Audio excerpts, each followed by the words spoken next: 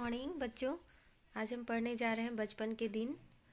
हमारे बचपन के दिनों में क्या क्या होता है, किस प्रकार हम शरारतें करते हैं, किस प्रकार हम बचपने में कई भूल कर देते हैं। तो इन सारी चीज़ों के बारे में भी हम अच्छी प्रकार से जानते हैं। और इस बचपन के दिन पाठ में डॉक्टर राजेंद्र प्रसाद ने अपने बचपन के दिनों के बारे में बताया है। डॉक्टर राजेंद्र प्रसाद की आत्मकथा से यह पाठ लिया गया है। आप भली प्रकार जानते होंगे कि डॉक्टर राजेंद्र प्रसाद हमारे देश के प्रथम राष्ट्रपति थे और हमारे देश के स्वतंत्रता सेनानी भी रह चुके हैं। तो आइए पढ़ना शुरू करते हैं। बचपन के दिन। बचपन के दिन बड़े अनोखे होते हैं, कोई उन्हें कभी नहीं भूलता। यहाँ भारत के प्रथम राष्ट्रपति अपने बचपन के दिनों को याद करते हुए लिखते हैं।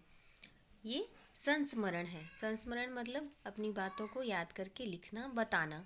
ठीक है, तो आइए हम देखते हैं डॉक्टर राजेंद्र प्रसाद अपने बचपन के दिनों के बारे में हमें क्या बताते हैं। 5वें या 6ठे बरस में मेरा अक्षरारंभ कराया गया था। उस समय की प्रचलित प्रथा के अनुसार अक्षरारंभ मौलवी साहब ने बिस्मिल्लाह के साथ कराया था। जिस दिन अक्षरारंभ हुआ, मौलवी साहब आए, मिठाइयाँ बांटी गईं। हम 3 विद्यार्थी उनके सुपुर्द किए गए। एक मैं और दूसरे 2 जो थे अपने ही कुटुंब के चचेरे भाई थे। यमुना प्रसाद जी सबसे बड़े थे। वे तमाम खेल और लड़कपन की शैतानी में आगे रहा करते थे। उनके एक चाचा, जो मेरे भी चाचा थे, बड़े मजाक पसंद थे। वे मेरे पिताजी के छोटे भाई थे, पर पिताजी के कई गुण उन्होंने भी सीखे थे। वे घोड़े की सवारी करते थे, बंदूक और गुलेल चलाना भी खूब जानते थे। फारसी भी पढ़े थे और शतरंज भी अच्छा खेलते थे।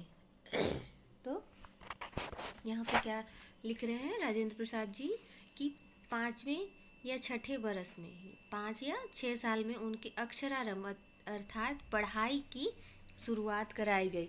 अक्षरारंभ तो अलग अलग करेंगे। अक्षर का आरंभ कराया गया अर्थात लिखना पढ़ना शुरू कराया गया। उस समय की प्रचलित प्रथा के अनुसार अक्षरारंभ मौलवी साहब ने बिस्मिल्लाह के साथ कराया। तो अक्षरारंभ किसने करवाया? मौलवी साहब ने करवाया था। पहले के समय में क्या होता था कि जो थोड़े रईस तबके के लोग होते थे, संपन्न वर्ग के लोग होते थे, वे एक गुरु, शिक्षक, मौलवी कुछ भी अपने ये इनमें से अपने घर में रखकर उन्हें बच्चों को पढ़ाने के लिए उन्हें रखा जाता था अपने घर में। और उस घर के 2, 3, 4, 5 जितने भी बच्चे हैं वे उन मौलवी साहब के द्वारा पढ़ते थे, उन गुरु के द्वारा, उन शिक्षकों के द्वारा वे पढ़ते थे। ठीक है, तो मौलवी साहब राजेंद्र प्रसाद जी के घर में आए और उनका अक्षरारंभ कराया गया। उनके साथ 2 और विद्यार्थी, इनके चचेरे भाई को उनके साथ पढ़ने के लिए बिठाया जाता था या पढ़ने के लिए तैयार किया गया। और यमुना प्रसाद जी सबसे बड़े थे।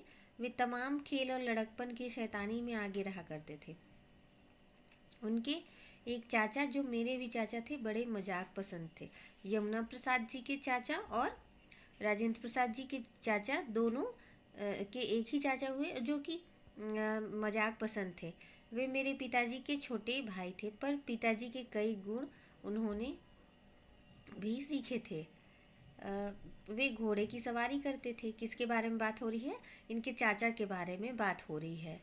बंदूक और गुलेल चलाना भी जानते थे, फारसी भी पढ़े थे और शतरंज भी अच्छा खेलते थे। ये अपने चाचा जी के बारे में लेखक बता रहे हैं यहाँ पे। मौलवी साहब जो हम लोगों को पढ़ाने आए, विचित्र स्वभाव के आदमी थे। विचित्र मतलब अलग स्वभाव के आदमी थे। उनका बहुत सी बातों पर दावा था। दावा करना मतलब हर काम में ये बोलते थे कि मुझे आता है, मैं कर सकता हूँ, कोई ऐसा काम नहीं है जिसे मैं नहीं कर सकता। ये दावा था उनका। बलदेव चाचा के मजाक के लिए वे बहुत ही उपयोगी साधन बन गए। उपयोगी साधन बनने का अर्थ है कि आपने पहले इसके पहले देखा कि लेखक ने बताया कि उनके चाचा बहुत ही मजाक पसंद थे, तो वे मजाक करने के लिए कौन मिल गया उन्हें? मौलवी साहब मिल गए। और चाचा क्या करते थे? अलग अलग प्रकार से मजाक उनसे करते थे। चाचा तरह तरह की बातें मौलवी साहब को सुनाते और उनको उत्साह देकर यह कहलवा देते कि वे भी चाहे कोई भी काम क्यों न हो जानते या कर सकते हैं। चाचा मजाक मजाक में बातों बातों में उन्हें क्या करते? उत्साह दिला देते। जैसे हम बोलते हैं ना कि मैं तो कर सकता हूँ, तू कर सकता है कि नहीं, तू कर सकती है कि नहीं, मैं तो आसानी से कर सकता हूँ। तो ये ऐसे ही करके मौलवी साहब भी पटाख से तैयार हो जाते चाचा की बातों पर कि हाँ मैं भी कर सकता हूँ। हालांकि मौलवी साहब को वो चीज़ें आती या नहीं आती, फिर भी वो बोलते कि मैं भी कर सकता हूँ। मौलवी साहब का दावा था कि वे शतरंज खेलना भी खूब जानते हैं। बलदेव चाचा खिलाते पर वे कभी न जीतते। हम बच्चे इन मजाकों को कौतूहल से सुनते।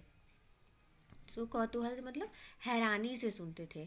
जो मजाक करते थे उनके बलदेव चाचा, जो मजाक मौलवी साहब से करते वो हैरानी से सुनते, देखते थे। उन्हें हंसने का मौका आ जाए तो हंसना मुश्किल हो जाता था। मतलब इतनी ज़्यादा हंसी आ जाती थी कि हंसना मुश्किल हो जाता था। मतलब आप कभी कभी देखते होंगे कि आपको इतनी ज़्यादा हंसी आ जाती है कि आप न चाहते हुए भी खूब हंस पड़ते हैं। तो मौलवी के साथ जो उनके चाचा शरारतें करते थे, ऐसी शरारतों को देखकर उन्हें बहुत हंसी आती थी, लेखक और उनके भाइयों को। एक दिन बलदेव चाचा ने मौलवी साहब से कहा कि बाग में बंदर आ गए हैं, उनको गुलेल मारकर भगाया जा सकता है।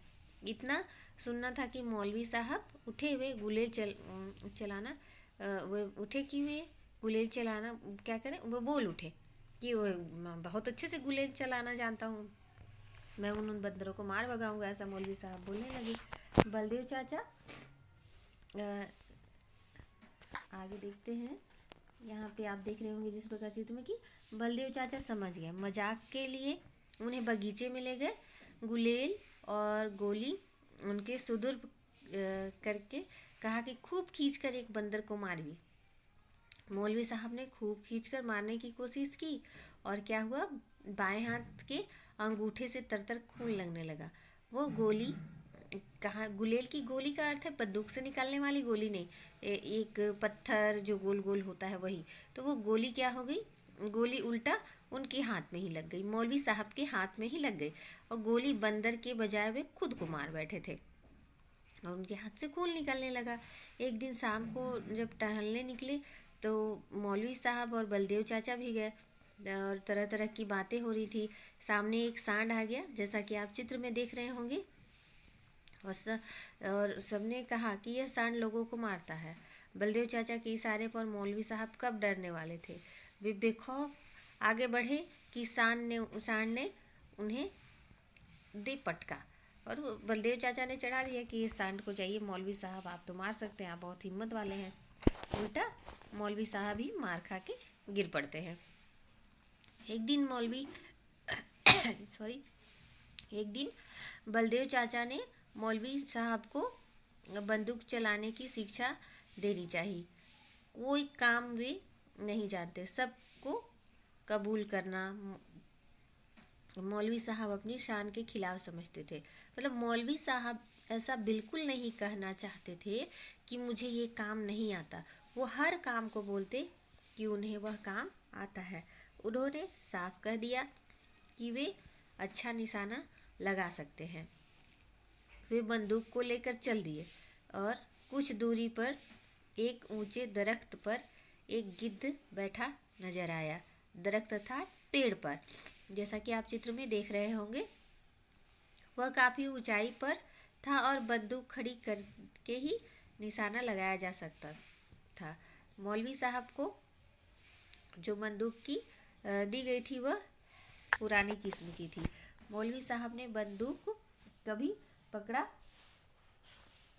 नहीं था और उन्होंने क्या किया, बंदूक को उन्होंने अपनी खड़ी करके बंदूक को सीने पर रखा और जो ही घोड़ा दबाया और गिद्ध के स्थान पर मौलवी साहब स्वयं गिर पड़े। उन्हें उठाकर घर लाया गया। तो ये आज हम इतना ही पढ़ते हैं, अगला भाग हम फिर अगले दिन देखेंगे।